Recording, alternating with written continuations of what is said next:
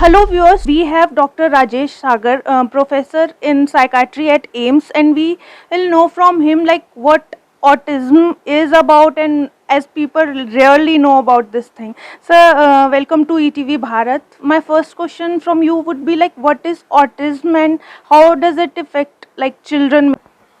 Basically, we have to understand that autism or autism spectrum disorder is a neurodevelopmental condition. Now, what we mean by developmental condition is that it happens early in the life. So, majority of the children have the beginning, the symptoms in the second year of life, that is 12 years to 24 months, whereas maximum it happens before the age of 3 years. So, that is where the beginning of symptoms are there. Now, to understand this, what are the major symptoms, how to identify, the parents are the one, especially mother or father or family members are the one who actually identify the problem. So if we have to see that these children, in a majority of them have a problem with the communication, and what we call as a, there is a deficit in the social communication and social interaction, which is there either by in the past or presently, which happens now. In that also there are important symptoms which are there. One, problems related to the social emotional reciprocity, like say for example when we talk back and forth, we talk, we continue our discussion, so there the reciprocal interaction is missing. The second is the problems related to the communication, like non-verbal communication. Verbal is a problem, also non-verbal communication, like if a child wants to have a water, will not be able to express that, that communication is a major problem. The third, what we call as the problems related to developing or maintaining any relationship, or say interaction, talking, so these are the three major symptoms related to the social communication and social interaction. The second group of symptoms, what we call as the restricted repertoire of activity, like stereotype behavior. Child will go in a circle and circle, toe walking may be there, and putting the objects in one line. So there is a kind of stereotype behavior is there. Or there is sometimes what happens, there could be the sameness, like they want to have same things again and again. They have a problems in changing in any of the things. So that's the second symptom. The third is what we call a restricted activity, like they may be occupied with one toy only, or part of the toy they will take everywhere, or you know and the fourth is what we call as a hyper or hypo response to the sensory stimulation. Out of these four, should two should be present. Along with that, what happens, it's, as I said, it's a developmental condition, happens before the age of 3 years.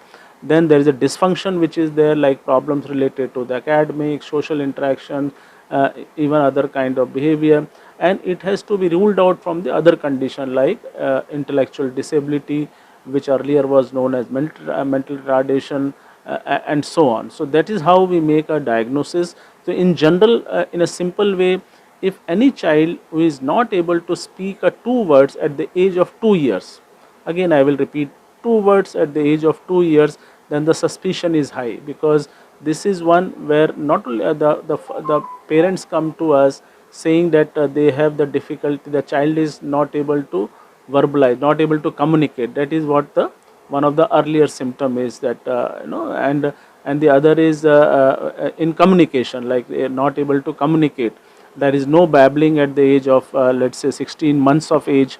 So when it is not there, then the suspicion is high. But there are some children actually who start late, but they cover up also. But there is if there is a suspicion, child also have a difficulty in pointing out the object of interest, like finger pointing, which is lacking. They are not able to do it. Sometimes even if they are injured, they will not come to their family members, especially parents, for the solace and all. They will be confined to themselves. They are engrossed with themselves. So all these may happen, and along with this also we need to know that there are certain conditions which are comorbid, like it happens along with the children with autism. That is, like they may have a 50% of them may have the seizure disorder, like what we call as epilepsy, they may have language impairment, they may have ADHD, that is what we call hyperactivity, poor attention, and there may be certain medical condition may be there. So, so all these may also be associated. So it's very rarely to have a autism spectrum disorder in as a single entity. Most of these children, they do have a other conditions also. So that is why when we do the assessment, we take care of this, that we not only assess for autism but also assess for other conditions as well, and try to see what the dysfunctions are. Deficits mainly are related to the social interaction, the interaction with other people, problems related to the academics, and so on, difficulty in adjusting in the day to day world, and so on. So these are the by way which we can identify, we can recognize, and we know that there are associated conditions also along with ASD. So, sir, it is seen that parents usually don't understand, like, if a child has autism or anything like that, and they neglect it also. So, what are the major misconceptions about autism and its therapies also? Like, parents sometimes think that these activities which doctors are asking them to do, or the treatment, it is like not of use or something like that. So, what is your take on this thing? Like, Yeah, of course. awareness is not there Yeah, about. of course, awareness is not there. That is true, because and but at the same time, in a positive way, yes, some awareness has come, but mainly in the cities or metros.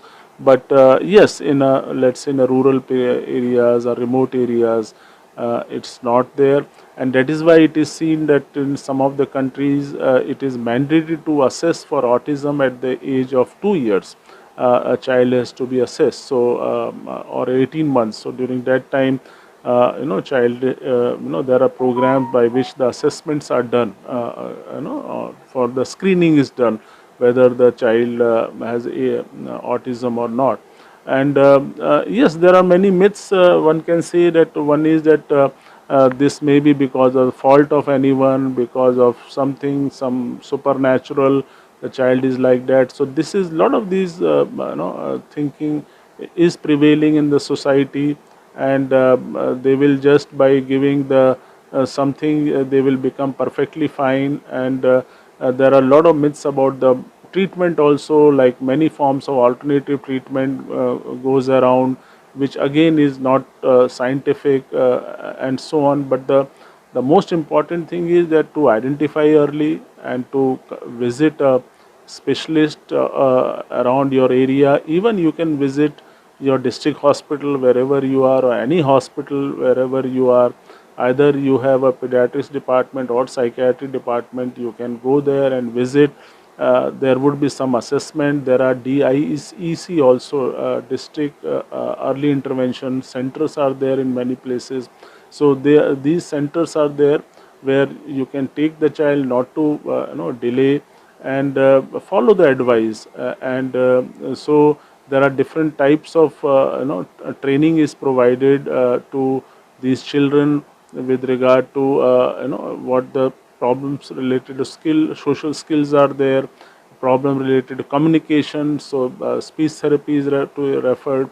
Even the clinical psychologist, they provide lot of therapy and lot of training to these children. They learn the skills, and if there is a problem related to, let's say, aggression, anger, agitation, impulsivity, poor attention, hyperactivity, for that sometimes the medicines are also given to calm the child down. But the important thing is that we need to give a conducive environment to these children, and so on. One more thing which is very important, that we have to rule out the child with the hearing problem and vision problem also. Sometimes if the children have these things, then they also look like autism at times, so, like, say for example, the parents say, he is not listening to his name also when we call him. So maybe there may be hearing problems. So these are the certain assessments which are done to rule out or to diagnose the autism or autism spectrum disorder. So, like, we have talked about children like affecting in 2 years, about like children are getting problem with autism, and you have talked about hearing and vision problem also. So, like what parents have to keep in mind on this world of autism day through our channel. Do you have any message for parents, like how they can start assisting on that and taking their children to like to the doctors? Yeah, my message is that do not worry, do not panic. If a child has any problem, you should identify it early and seek early help without any anxiety or without any panic. And early interventions are made, which are there, by which the outcome is much better. The child can lead a normal life like other children. So but do not delay it, do not panic it, and go for the scientific method of treatment and provide all the support to these children. I think they are very important. The message is for the society and the family, where they need your support, which is very very important. Other than the treatment, they require the all the love, compassion, and the all the support, which is important for these children. Not only children, even those who have become adult also, they require all your support. So that's what the message we would like to give. Dr. Sagar, my last question would be like AI technologies are coming to, detect autism, and we are treating obviously autism traditionally like it is used to be. So, what is your take on that, or any example, or any case study, or anything you have detected in some of the cases and you want to share? Like, Yeah, we follow the standard method. The standard gold standard method is to assess the child, evaluate the child in a proper way. There are definite, very standard methods of assessment, evaluation. There are, and that's a gold standard. Of course, there are AI and other things are coming up. But that is to assist you. But the gold standard ultimately remains your evaluation, assessment, and ruling out the other conditions also. There are, as I said, it's not only autism. Autism comes along with other conditions also. So AI should detect other conditions also. So that way, I think it is still long way where it can have a perfection. I think the gold standard again at present is visiting a doctor, talking to a doctor, interacting with a doctor, discussing with a doctor on initially and also on regular basis. one more thing, like usually they blame parents, or they are like they predict child as a burden to them, or they just blame their mothers, like. So what is your take on that? These children are not blame or burden sort of thing, so they just. Absolutely not, because of course there are many instances where they were called as a refrigerator murder, as a as a cause, and so on. A lot of discussion was there. They are like other children. Only we are not calling as a disability or illness or disorder. They are diverse people. They are different people. Like you may have just giving the example. One may be of short height, one may be of longer height.